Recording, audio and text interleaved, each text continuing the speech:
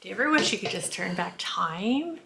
I mean, no, not really. I don't really want to turn back time. But if I were to start homeschooling today, here's what I would do differently. If you're new here, I'm Xuan from the Homeschool Front blog, and this is my YouTube channel, Life in the Trenches, where I share all things about homeschooling and how you can make it easy and simple. And today's video is part of a homeschool collaboration hosted by Abby from Rooted in Rest and Jessica from The Waldock Way. Make sure you check out the playlist linked down below, and let's get to it. So when I first started homeschooling, I used to be a history teacher, a middle school history teacher. So I pretty much took what I knew from the teaching world and applied it to home. And that didn't really work for us. It was just too much. And on top of that, we were just kind of overwhelmed, or I was overwhelmed with the amount of curriculum and resources out there. And we just were doing too much, and you just don't need to, is what I learned, is that you need to keep it simple and easy. So when you're doing less, you're able to dive deeper and learn more rather than trying to do all of the things, and then you're just doing surface level learning. And I want my kids to have a deep love of learning and a deep understanding of our world.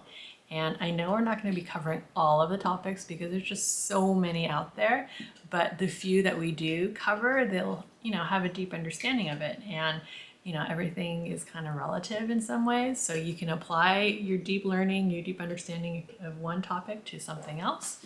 And so, simple is better. So if I were to go back in time, I would tell myself, even though I probably wouldn't listen, that less is more.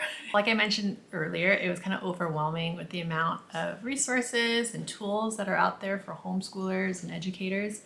And I found what I like. It took some time, but I found what I like and I use it. And what I realized is that I don't need to buy all the curriculum, even though they look awesome and cool. A lot of people are making wonderful homeschool curriculum, but I don't need to buy all of them, because a lot of times, especially with language arts and history, I find I'm piecemealing our curriculum for that. And I'm not very good at following other people's lesson plans. So I kind of utilize other people's curriculum. I look at their book lists and so forth and kind of go from there. And we kind of do our own thing. Sometimes we'll do activities that other people have, but usually just not too into that. And then also I would have ditched the planner.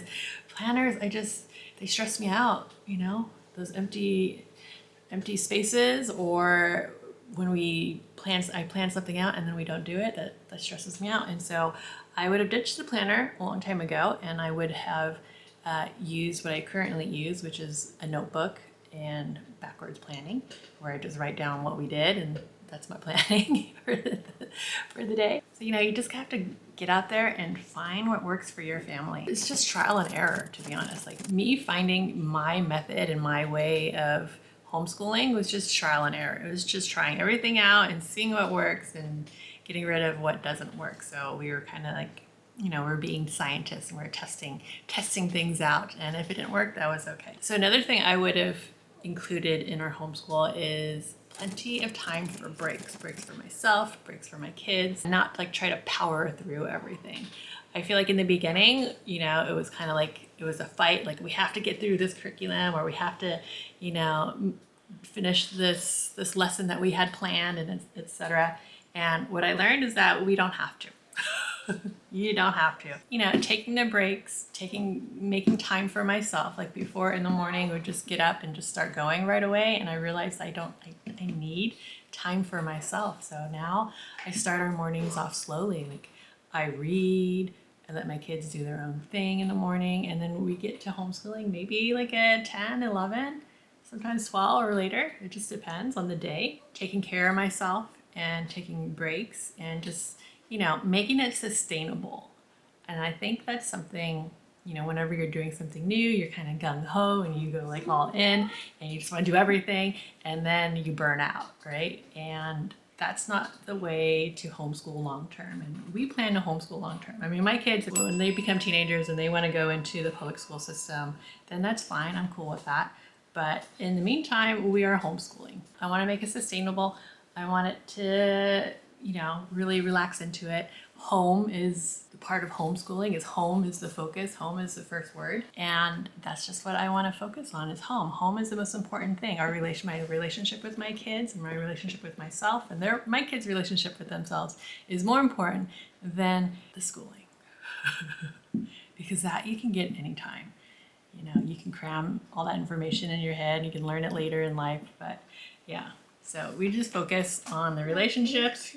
Yeah, focus on, you know, the basics like reading, writing, and math. And, you know, everything else will come when it comes. So I'm an only child. I'm used to being alone. I'm very independent, right? And I'm an introvert. So I have a hard, and I do have friends. So I'm saying I don't have friends, but I have a hard time making friends as an adult.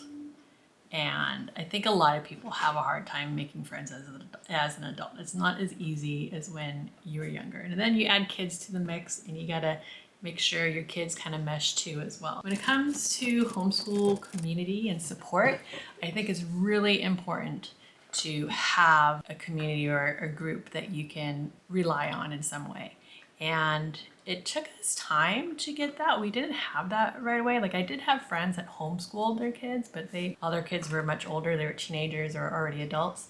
And so I didn't really know of anyone that homeschooled their kids. I mean, I did have a neighbor that homeschooled their kids, but they kind of kept to themselves as well. And so we didn't hang out with them too much. And then they moved. It took like a couple years and we did find our community, our group. And then during COVID, that kind of got disbanded because a few of them moved away. And it's taken some time to find that community again. I did try and join a wild and free group, but that didn't really pan out for us. I mean, I know there are other groups in the area that we can join, but I don't know. I'm just realizing I'm not a very good joiner. My kids don't like it when I force friendships on them. They'd rather make their own friends.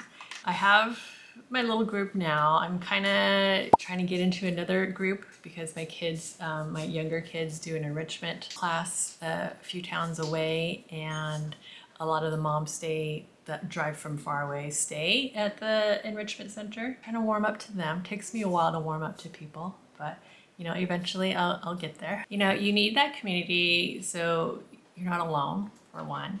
You have someone to talk to that's not your spouse or your partner. Yeah, you should share things with your spouse and partner, but sometimes you want to get someone who's in the trenches with you that knows what's going on and has dealt with some stuff in the past or, you know, currently. You just want to have someone who's in there with you, who knows what's going on, who knows, you know, the struggles of being a homeschool parent. I think that's really important, is to have that community. So if you don't have that community, I really recommend that you try to find one. Like maybe you need to go outside, like I have, go outside your comfort zone and find that community and nourish it so that it grows with you. Because as your homeschool grows with your kids, like, you know, your needs and the support that you need is going to grow as well. So find that community and don't wait to do it. And it's going to take some time. You're going to find some people and it's just not going to work out. And that's okay. And then you're going to find, you know, some folks that you just mesh with and, you know, they're your BFBs, your homeschool BFBs. So if you're interested in knowing more about me and my homeschool journey, make sure you check out this video right here. And I'll see you guys in the next one. Ciao.